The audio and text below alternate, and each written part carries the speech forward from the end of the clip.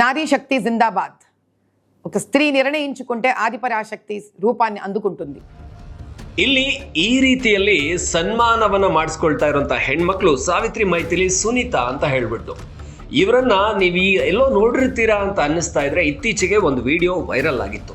ಆ ವಿಡಿಯೋದಲ್ಲಿ ಇಬ್ಬರು ಹೆಣ್ಣು ಮಕ್ಕಳು ಒಂದು ವಾಹನದ ಮೇಲೆ ಕೂತ್ಕೊಂಡು ರಸ್ತೆಯಲ್ಲಿ ಆ ವಾಹನವನ್ನು ಅಡ್ಡ ಹಾಕಿ ಗೋಮಾತೆಯ ರಕ್ಷಣೆ ಮಾಡಿರ್ತಾರೆ. ಇದು ಇತ್ತೀಚೆಗೆ ಹೈದರಾಬಾದ್ನಲ್ಲಿ ನಡೆದಂಥ ಘಟನೆ. ಗೋವುಗಳನ್ನು ಕತ್ತರಿಸೋಕೆ ಸಾಗಿಸ್ತಿದ್ದಂಥ ವೇಳೆ ಆ ಗೋವುಗಳ ರಕ್ಷಣೆಯನ್ನು ಮಾಡಿದಂಥ ಈ ಇಬ್ಬರು ದಿಟ್ಟ ಹೆಣ್ಣು ಮಕ್ಕಳಿಗೆ ಭಾರಿ ಶ್ಲಾಘನೆ ವ್ಯಕ್ತ ಆಗಿತ್ತು. ಆ ವಿಡಿಯೋ ಸೋಷಿಯಲ್ ಮೀಡಿಯಾದಾದ್ಯಂತ ವೈರಲ್ ಆಗಿತ್ತು. ಈಗ ಈ ಹೆಣ್ಣು ಮಕ್ಕಳಿಗೆ ಹೈದರಾಬಾದ್ನಲ್ಲಿ ಬಿಜೆಪಿಯಿಂದ ಅಭ್ಯರ್ಥಿ ಆಗಿದ್ದಂತಹ ಮಾಧವಿ ಲತಾ ಅವರು ಸನ್ಮಾನ ಮಾಡ್ತಾ ಇರುವಂಥದ್ದು. ಹಾಗೆ ಇಂಥ ಹೆಣ್ಣು ಮಕ್ಕಳು ನಿಜಕ್ಕೂ ದೇಶದ ಎಲ್ಲ ಕಡೆ ಎಚ್ಚೆತ್ತುಕೊಳ್ಬೇಕು. ಈ ಹೆಣ್ಣು ಮಕ್ಕಳು ಕೇವಲ ಗೋಮಾತೆ ಅಲ್ಲ, ದೇಶವನ್ನೇ ರಕ್ಷಣೆ ಮಾಡ್ತಾರೆ ಅಂತ ಮಾಧವಿ ಲತಾ ಸನ್ಮಾನ ಮಾಡಿದ್ದಾರೆ ಅವರಿಗೆ.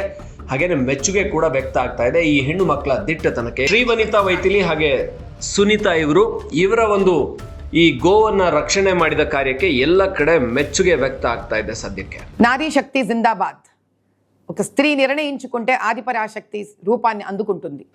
హైందవ ధర్మ సంస్థాపనకే కాదు, దేవాలయ సంరక్షణకే కాదు, గో సంరక్షణకే కాదు, ఒక హైదరాబాద్ లోక్సభ పార్లమెంట్ సంరక్షణమే కాదు, దేశ సంరక్షణానికైనా వెనుకాడదు స్త్రీ. ఇక్కడ నా పక్కన నిలబడిన ఈ ఇద్దరు యువతులు ఎంతో ధైర్యంగా చుట్టుపక్కల ఉన్న ఎంతోమంది రాక్షసులకు నిర్భయంగా నిలబడి ఒంగోలు ఆవులను కాపాడారు. ఈ ఆవుల సంరక్షణే ఈ దేశ సంరక్షణ.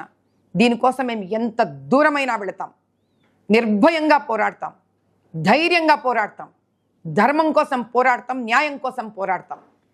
ఆవులను హింసించాలన్నా, వాటిని సంహరించాలనుకునే వాళ్ళందరికీ ఇదే నా సమాధానం.